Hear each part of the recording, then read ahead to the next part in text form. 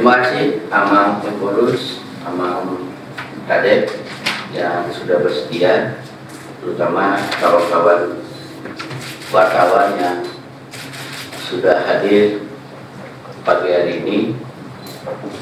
Terima kasih sudah mau hadir. Yang kedua, saya diperintahkan oleh Amang Pengurus ini dari hasil diskusi kami di PR Raja sehabis sinode bahwa HKBP ini juga harus lebih dikenalnya oleh komunitas orang Batak pasti kenal, tapi di luar itu terutama di pemerintahan harus lebih dikenal, karena kan sesungguhnya nanti bisa lebih banyak cerita Amang Pengurus akui jumlah jemaat HKBP dan lain-lain. Kita pengennya HKBP ini bisa sejajar seperti NU Muhammadiyah ya sendiri. Tapi kan HKBP ini di tingkat nasional di luar suku Batak mungkin dan orang Kristen kan belum terlalu dikenal. Makanya kami berinisiatif kali ini dari hasil diskusi kami di PR Raja bahwa sama pandangannya, Amang Pengurus juga merasa perlu lebih memperkenalkan HKBP ini, tidak hanya di komunitas jemaat HKBP. Karena itu saya mendapatkan perintah kita bisa mengadakan konferensi pers kepada kawan-kawan semua bahwa ya mudah-mudahan di kepemimpinan Amang Victor Sinamunan ini wajah HKBP berubah ya, HKBP yang jadi lebih dikenal oleh masyarakat, HKBP yang juga lebih membumi, terutama kami saja di tingkat anak juga soal HKBP ini saya bilang itu juga jadi tantangan tersendiri. Kalau anak saya aman, tiga-tiganya fanatismenya kepada HKBP, ya kalau saya 100% ya mungkin dia 70% ya. Nah yang ketiga,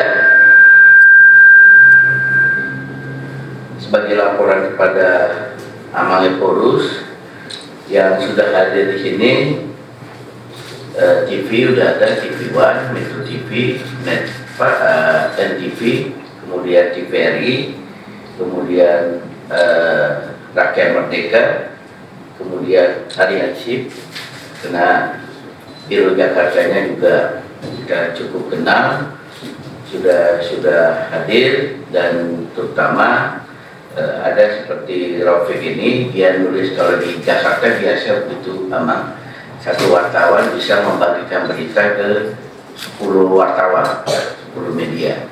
Nah itu salah satu tugas dari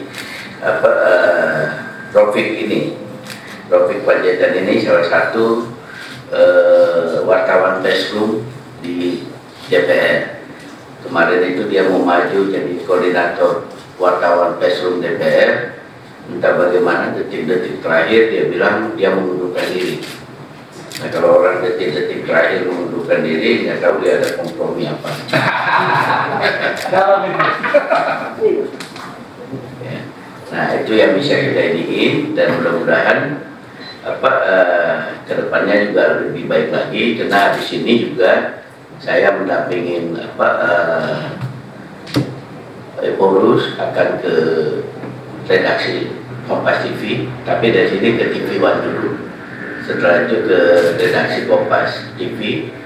Ya saya kira diskusi kami tadi malam, kalau itu semua terjadi sepanjang umur saya hampir 60 ini, baru roadshow ke TV-TV seperti ini, baru Amang inilah yang melakukan Pengurus ya. Dan mudah-mudahan itu bisa terjaga dengan baik.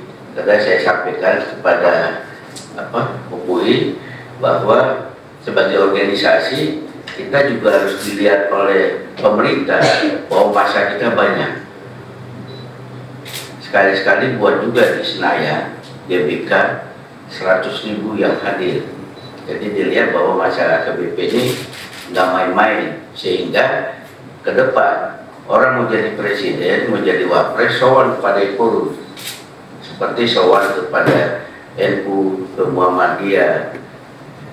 Sebenarnya ini jujur aja, mimpi kami yang mungkin sudah 15 tahun, diskusi dulu dengan Bang Luhut, dengan Bang Pandana Baban, bagaimana AKBP ini bisa sejajar dengan mereka. Kalau yang lain-lainnya nanti Mang Ipurus cerita sudah cukup banyak dalam usia AKBP ini yang dilakukan. Kemarin Sinode tanggal 5 Desember sudah memilih Ipurus, Sekjen, dan 4 kadep, kadep, 3 kadep dan 32 reses sudah dipilih. Jadi ini sama seperti pemerintah Presiden Prabowo, ini rezim baru lah di AKBP ini. Ini pemerintahan baru di Republik AKBP. Kalau Republik Indonesia presidennya Prabowo Subianto, kalau di Republik AKBP presidennya Amang Victor Tinambunan ini. Terutama kawan-kawan wartawan yang latar belakangnya bukan orang Batak, ya, pasti mungkin kurang familiar dengan istilah-istilah itu. Tapi yang latar belakangnya orang Batak seperti Laimar dan Siadian ini, kepala biro SIP di Jakarta, pasti dia tahu bagaimana AKBP itu. Nah, itu yang bisa kami sampaikan. Nah, untuk selanjutnya kami persilakan Om Bui untuk memberikan pemaparan sekaligus kira-kira di kepemimpinan beliau 4 tahun ke depan AKBP ini mau dibawa kemana. Karena nasib AKBP 4 tahun ke depan ada di tangan Om Bui. Hijau katanya kami ikut hijau, kuning katanya kami ikut kuning, merah katanya kami ikut merah. Karena saya sendiri, saya jemaat di AKBP Sufrakto, dan saya juga kebetulan sejak 3 tahun yang lalu, selain politisi, saya pikir di usia saya menjelang 60 sudah selayaknya saya juga mengabdi ke gereja. Karena itu saya jadi ketua sejak 3 tahun yang lalu di AKBP Sufrakto. Nah, pendeta saya Pak Jarudin Panjaitan ini, ya, hadir juga di sini. Nah, itu bisa kami sampaikan sebagai perkenalan. Selanjutnya silakan Memang untuk menyampaikan kira-kira ke depan AKBP ini mau buat apa.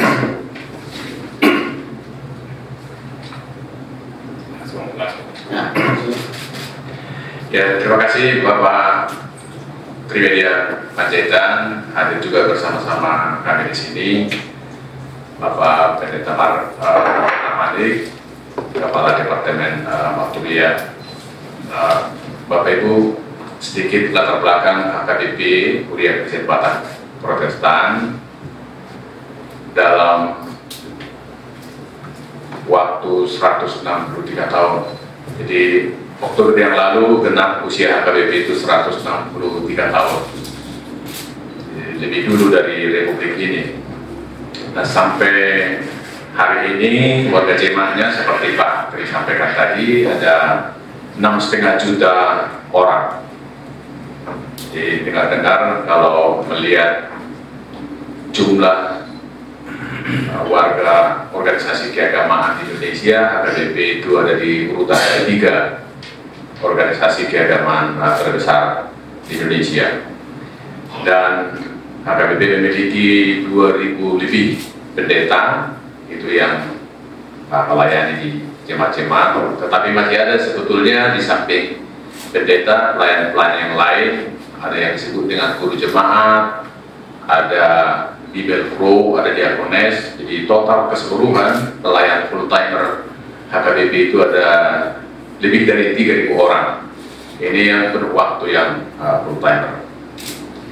Nah, pengambilan keputusan tertinggi di AKBP itu disebut Sinode Gudang atau Sidang Raya. Dan dalam Sidang Raya inilah diputuskan hal-hal yang mengikat, karena di sini keputusan tertinggi.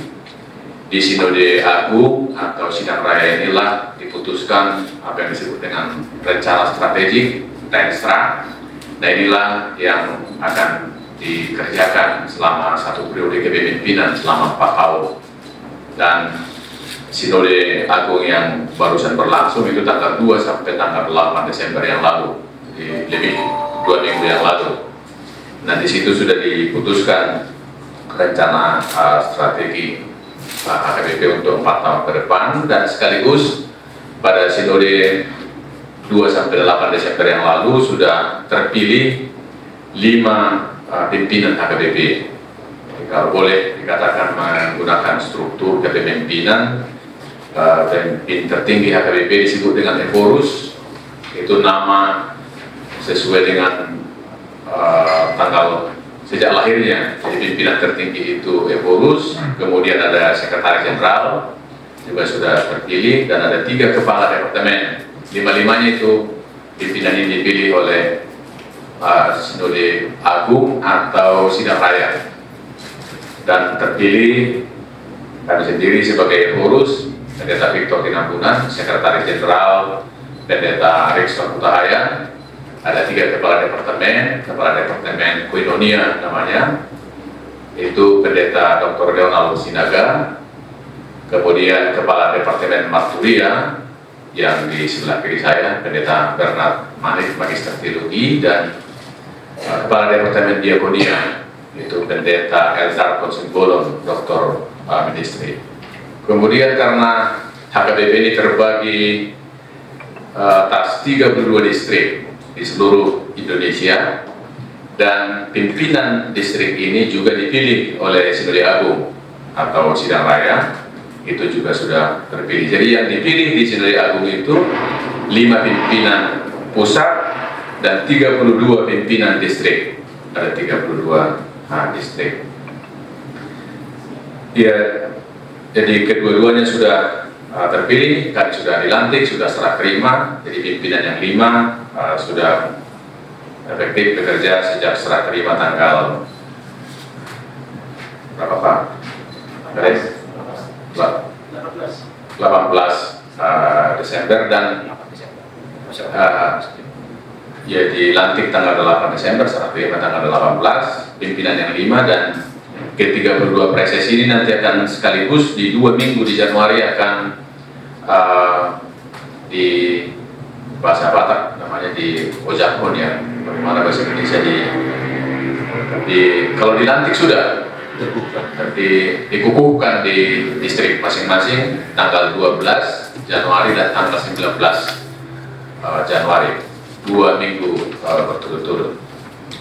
Nah, HKBP punya visi menjadi berkat bagi dunia, dan itu sudah sejak lama sampai sekarang. Dan ini visi yang seperti ini itu sangat terkait dengan sejarahnya, karena sejak berdirinya HKBP 163 tahun yang lalu, HKBP ini tidak hanya mengurusi masalah kerohanian, mempersiapkan orang-orang atau warga HKBP masuk surga. Memang itu betul salah satu misinya, bagaimana warga jemaat dipersiapkan supaya selamat nanti di akhir zaman. Tetapi sekaligus juga karena dunia ini adalah anugerah pemberian Tuhan, HKBP juga terpanggil dalam misinya mengurusi masalah-masalah kehidupan real di dunia ini. Dan sejak awal yang ada 3 hal yang sangat ditekankan dalam pelayanan dan misi HKBP. Yang pertama itu di bidang pendidikan. Sejak berdirinya HKBP itu tidak terlepas dari usaha-usaha para misionaris dulu dan gereja sampai hari ini itu untuk meningkatkan mutu pendidikan. Jadi banyak sebetulnya orang-orang Batak sekarang yang berhasil di dalam negeri dan di luar negeri itu buah dari pendidikan yang sejak awal itu dilaksanakan. Sampai sekarang HKBP tetap menekuni pendidikan ini. Sampai sekarang ada 27 sekolah mulai TK sampai SMA, SMK, dan ada 2 universitas milik HKBP, satu di Medan, satu di Kabupaten Siantar, yaitu Universitas HKBP Nomensen. Nama Nomensen mengambil nama misionaris yang sangat terkenal di kalangan Batak. Di pendidikan sejak dulu 163 tahun yang lalu sampai hari ini HKBP menekuni pelayanan untuk meningkatkan, mencerdaskan anak-anak bangsa. Dan yang kedua, HKBP sejak awal, sejak berdiri itu sangat peduli untuk meningkatkan kualitas kesehatan masyarakat. Jadi sejak misionaris 163 tahun yang lalu sudah mendirikan klinik, bahkan dalam perkembangan sejarahnya sudah sampai mendirikan rumah sakit, dan sampai hari ini rumah sakit yang masih dikelola HKBP ada satu, yaitu Rumah Sakit HKBP Balige. Sebelumnya ada klinik di Samosir, dulu ada rumah sakit yang sekarang Rumah Sakit Umum Talutung, itu sebelumnya dikelola pada masa misionaris dulu. Memang masih ada masalah hukum ini sekarang antara HKBP dengan pemerintah daerah Kabupaten Tapanuli Utara, yang dulu memang rumah sakit umum itu adalah pelayanan dari DC, dan sekarang itu dikelola oleh Pemkab Tapanuli Utara. Tetapi yang jelas HKBP sangat peduli dalam hal bidang kesehatan. Dan yang ketiga adalah dalam hal kesejahteraan sosial. Sejak berdirinya HKBP 163 tahun yang lalu, misionaris sampai pendeta-pendeta dan gereja sampai hari ini berusaha untuk meningkatkan kesejahteraan melalui latihan, keterampilan untuk pertanian, untuk peternakan, supaya kehidupan masyarakat lebih sejahtera. HKBP juga mengurusi saudara-saudara kita yang difabel, yang berkebutuhan khusus, juga mendirikan panti asuhan. Sekarang ada panti asuhan yang sudah agak lama di Kecamatan Siantar, di mana anak-anak yang yatim piatu dan juga termarginalkan kita tempatkan dalam satu panti asuhan. Ada juga panti karya Hebatan namanya, di mana teman-teman kita yang tunanetra ya, sudah lama, sampai sekarang itu masih kita layani. Dan juga yang ODA atau HIV/AIDS, HKBP juga ada satu komite yang mengurusi hal-hal seperti ini. Nah, ini antara lain sedikitnya yang 3 hari ini sejak awal berdirinya sampai hari ini, dan HKBP juga akan terus menerus untuk yang 3 ini akan tetap menjadi bagian integral dari pelayanan HKBP ke depan. Nah, kemudian seperti tadi saya sampaikan, HKBP sudah memutuskan rencana strategis di 4 tahun ke depan, dan inilah yang akan kami tidak lanjuti. Kami akan terjemahkan dalam bentuk program selama 4 tahun ke depan. Dan karena sudah ada yang tadi saya sampaikan departemen, jadi misalnya Renstra ini ada kaitannya dengan program untuk ketiga departemen. Departemen Konyonya itu mengurusi peribadahan, bagaimana mengurusi pelayanan kategorial anak-anak, remaja, lansia, dan bagaimana hubungan ekumenis HKBP gereja-gereja di dalam negeri dan keluar negeri, karena HKBP juga anggota di Persekutuan Gereja-Gereja di Indonesia, anggota di tingkat regional Christian Conference of Asia, masuk juga di sana. HKBP masuk juga di World Council of Churches, Dewan Gereja-Gereja Sedunia, masuk anggota di situ, masuk juga anggota Lutheran World Federation. HKBP masuk ke anggotaan gereja-gereja aras nasional, regional, dan internasional, itu diurus oleh Departemen Koinonia HKBP. Nah, kemudian Departemen Marturia HKBP, kepala departemennya ada di sebelah kiri saya, ini mengurusi bagaimana peribadahan di gereja, musiknya, nyanyiannya, peribadahan, dan juga bagaimana misi holistik, bukan pengkristenan, tetapi juga misi dalam artian seperti yang tadi, menolong orang-orang atau saudara-saudara kita yang juga berkekurangan dan sebagainya. Dan kemudian Departemen Diakonia, inilah mengurus yang tadi, pendidikan, teman-teman kita yang di panti asuhan, teman-teman kita yang panti karya, dan kalau ada misalkan korban bencana, ini yang bergerak Departemen Diakonia. Jadi ada tanggap bencana juga di HKBP, itu di bawah naungan departemen. Jadi ini semua sudah ditetapkan di rencana strategis selama 4 tahun ke depan. Nah, harapan ke depan, dan ini yang terakhir, Pak Trimedi dan Bapak Ibu, di sini secara konkret apa yang akan segera kita lakukan. Secara internal, HKBP sejauh ini dibandingkan dengan negara-negara yang maju memang masih positif. Keaktifan bergereja di HKBP itu yang 6,5 juta dari kisaran 35% yang aktif bergereja setiap hari Minggu.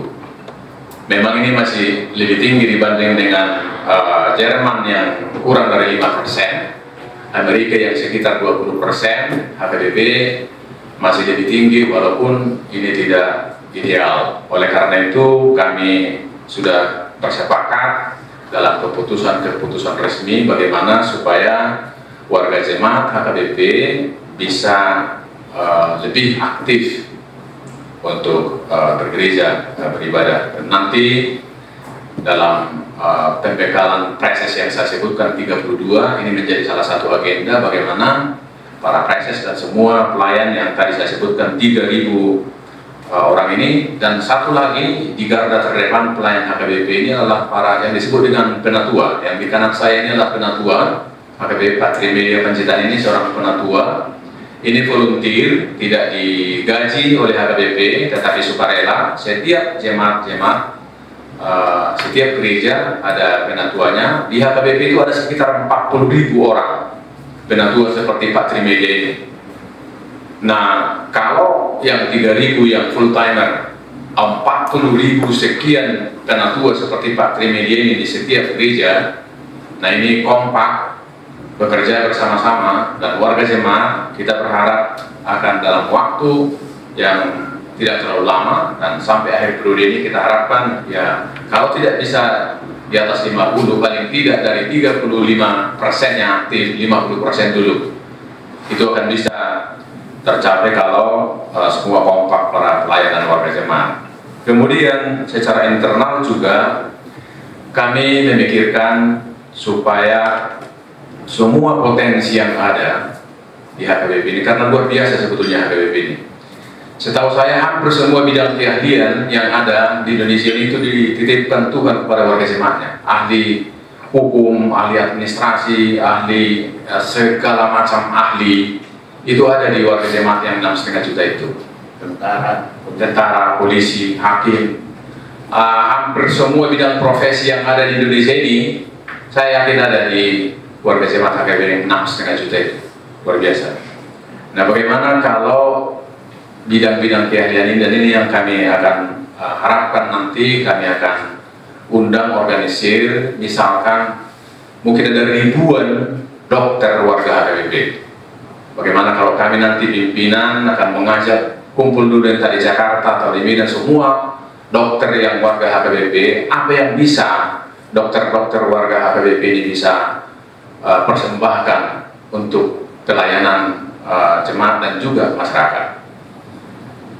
Kita akan undang juga nanti misalkan yang berprofesi sebagai dosen, ahli pendidikan dan lain sebagainya dalam satu tempat. Soal wadah mungkin nanti bisa dibicarakan bagaimana, tetapi pertama-tama dulu bagaimana komitmen warga jemaat yang begitu potensial ini bisa dengan keahlian masing-masing ada yang bisa dipersembahkan untuk kebaikan gereja HKBP dan termasuk masyarakat Indonesia. Saya juga merindukan dan nanti akan dipercakapkan lebih lanjut, misalkan di Indonesia ada begitu banyak legislatif, di eksekutif, ya, bagaimana menjembatani membangun hubungan yang baik dengan pemerintah, karena sejatinya HKBP mitra pemerintah dalam hal mensejahterakan masyarakat. Dan itulah bagian yang mungkin kita katakan eksternal. Internal tadi ibadah, bagaimana membangun hubungan yang sudah baik selama ini. Kami HKBP sangat inklusif, terbuka. Ke depan kita akan membangun kerjasama dengan pemimpin-pemimpin agama yang ada di Indonesia, organisasi-organisasi keagamaan. Kita akan menjalin kerjasama dengan pemerintah, karena seperti tadi saya sampaikan, HKBP adalah mitra pemerintah dalam mensejahterakan masyarakat Indonesia. Nah, ini antara lain Pak Trimedia dan Bapak Ibu dari insan pers. Kalau ada pertanyaan saya serahkan kembali ke Pak Trimedia. Terima kasih. Terima kasih ya, Mang. Kalau tadi kata politisi itu semua warna ada di HKBP ini, merah, kuning, biru, putih. Tapi begitu kita masuk di HKBP udah nggak ada warna lagi. Warnanya adalah ya warnanya HKBP. Jadi menariknya di HKBP seperti itu. Boleh berbeda-beda partai, tapi kalau sudah di HKBP ya kita urusannya urusan Tuhan aja, nggak ada urusan politik.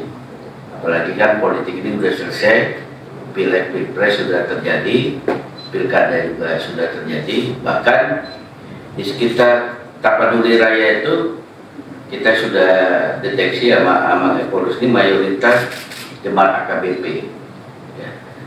Bupati Toba, Kumbang, Tapur, bahkan Kapten malah kawan sendiri Pak Masinton Pasaribu itu, dan mereka itu menurut saya harus bisa memberikan kontribusi, dan itu dari semua warna yang disebutkan tadi. Toba itu kuning, ya, Kumbang itu merah, kemudian Tapur itu Perindo dia putih lah ya, Kapten merah, dan Samosir juga sebenarnya bisa warga KBP juga, karena ditunjuk oleh Pak Effendi Simbolon, dia jadi penasihat PSBI itu, Bupati Samosir Bandingku. Nah itu bisa, kalau ada pertanyaan dari kawan-kawan wartawan, silakan. Silakan Mas. Saya dulu. Bantu dong kalau lalunya. Ya, silakan Mas. Baik, terima kasih Pak Trimedia. Perkenalkan saya Hotman Jonathan Marbun Lumangau. Saya penulis juga dengan nama pena Hojot Marluga. Barangkali dengan teman-teman media nasional di sini saya berbeda sekali. Saya media lokal yang berbasis Kristen. Lebih 21 tahun saya menjadi wartawan. Sekilas untuk memori untuk Bang Trimedia, puluhan tahun lalu kita pernah satu ruangan di ruangannya Pak Luhut. Ketika saya wartawan Batak Pos, ada satu perjumpaan dengan Saus Yagia. Beberapa DPR dari HKBP hadir waktu itu.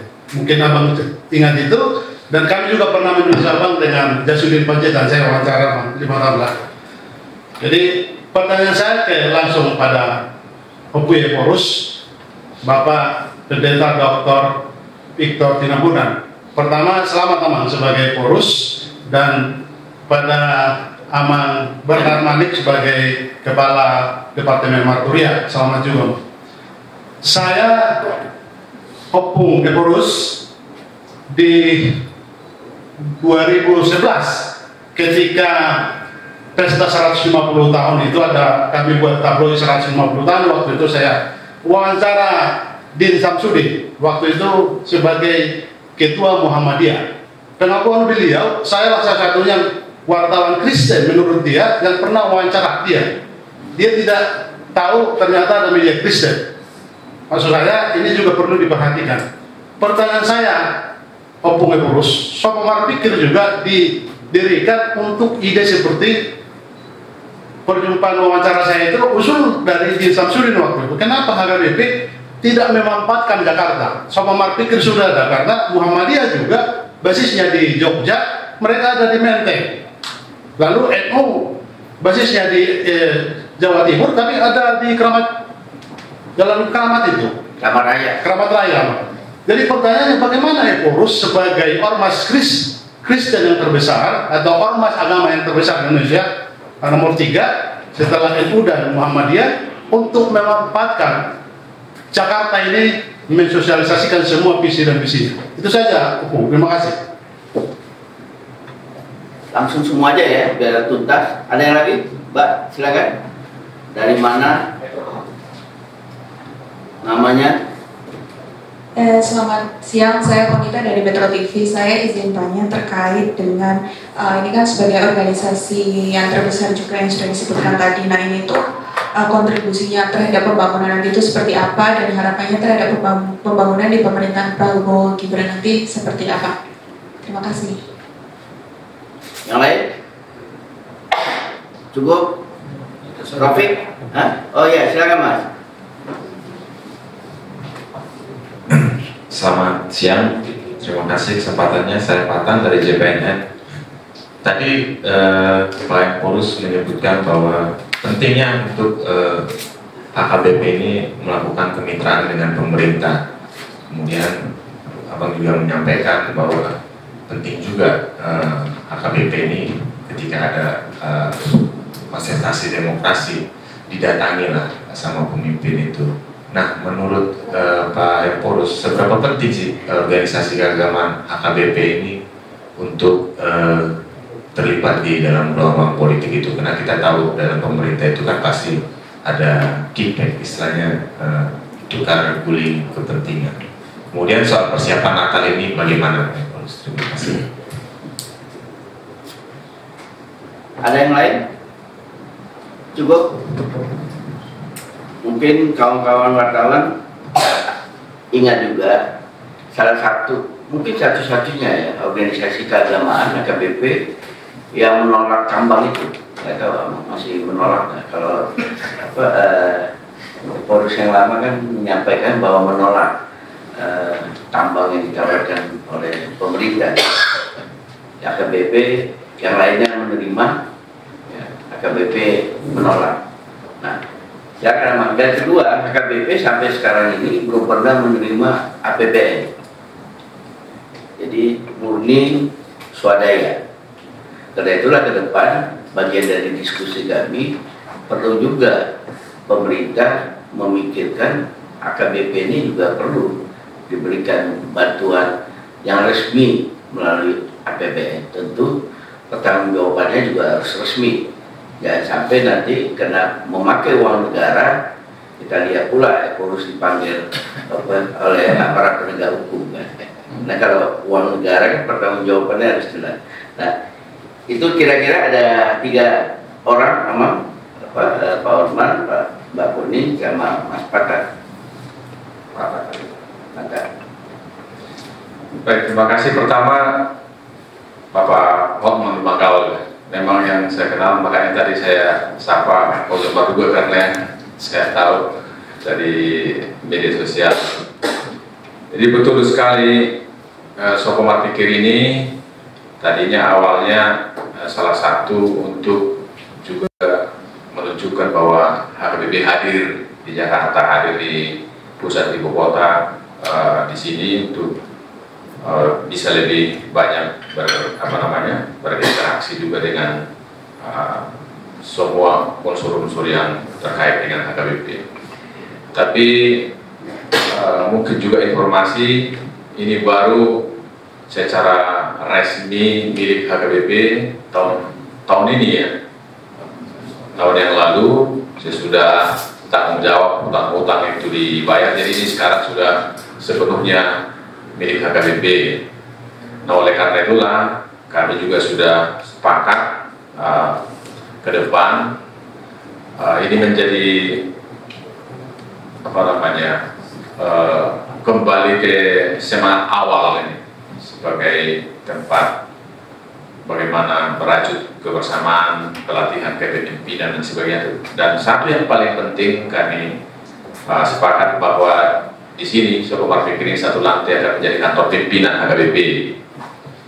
Jadi sekarang kantor pusat ada di Bia Raja, ada juga kantor pimpinan di Medan, dan ini nanti di Sokomar Pikir satu lantai ini akan segera menjadi kantor pimpinan HKBP. Jadi itu untuk menjawab sangat positif apa yang disampaikan Pak Hotman dan nyambung dengan apa yang sudah kami bacakan. Mungkin juga nanti Sokomar Pikir ini entah bagaimana atau ada perubahan nama supaya HKBP ini bisa dipikirkan, tetapi ini dulu tahap awal akan ada kantor pimpinan HKBP dan pusat pelatihan leadership dan kerjasama dengan gereja-gereja dan agama-agama yang lain nanti di satu lantai di sini. Dari Metro, maaf saya kurang tangkap nama beliau tadi. Bonita. Ya, bagaimana harapan kami kepada pemerintah? Yang pertama ya, kami bersyukur dan mengucapkan selamat hari kepemimpinan Bapak Prabowo dan Gibran, mengucapkan selamat sudah terpilih dan sah menjadi presiden dan wakil presiden kita. Nah, harapan kami yang pertama, karena ya tidak rahasia sebetulnya di beberapa tempat walaupun ada perkembangan positif, kiranya ini bisa dilanjutkan pemerintahan yang sekarang, bagaimana supaya rumah-rumah ibadah agama apapun di Indonesia ini bisa